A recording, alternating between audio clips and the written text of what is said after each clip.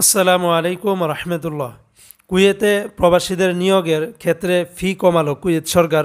মধ্যপ্রাচ্য দেশ কুয়েত এবার গৃহকর্মী নিয়োগে ফি কমিয়েছে। গত 6 জুলাই গালফ নিউজের এক প্রতিবেদনে এই তথ্য জানানো হয়েছে। নতুন পদক্ষেপ অনুযায়ী ফিলিপাইনের নাগরিকদের কুয়েতে গৃহকর্মী নিয়োগের ফি ধরা হয়েছে 700 কুয়েতি দিনার নির্ধারণ করা হয়েছে, যা বাংলাদেশি মুদ্রায় প্রায় 2,69,000 টাকার মতো। ফিলিপিনো গৃহকর্মীদের ভ্রমণের টিকিটের অর্থ এই ফিতে অন্তর্ভুক্ত রয়েছে। এদিকে নতুন নিয়মে শ্রীলঙ্কার গৃহকর্মীদের নিয়োগ ফি কিছুটা বেড়েছে।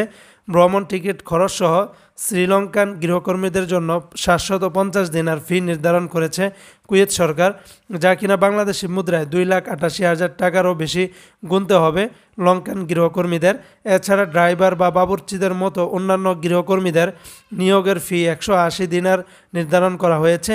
এই খাতের গৃহকর্মীদের ফিতেও ভ্রমণ টিকিটের অর্থ অন্তর্ভুক্ত করা হয়েছে।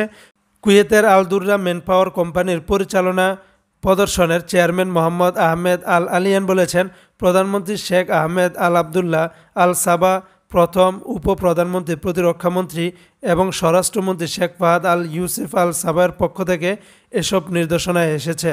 তো বন্ধুরা, যারা কুয়েতের বিশেষ করে গৃহকর্মী রয়েছেন, এদের ক্ষেত্রে অনেক সময় সরকার বিভিন্ন ফ্যাসিলিটি দিয়ে থাকে।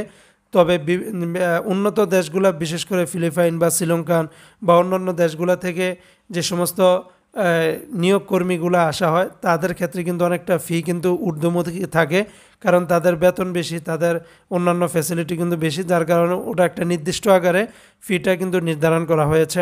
তো বন্ধুরা, এই ছিল আপডেটটি। ইনশাআল্লাহ পরবর্তীতে আবার কোনো আপডেট নিয়ে হাজির হব।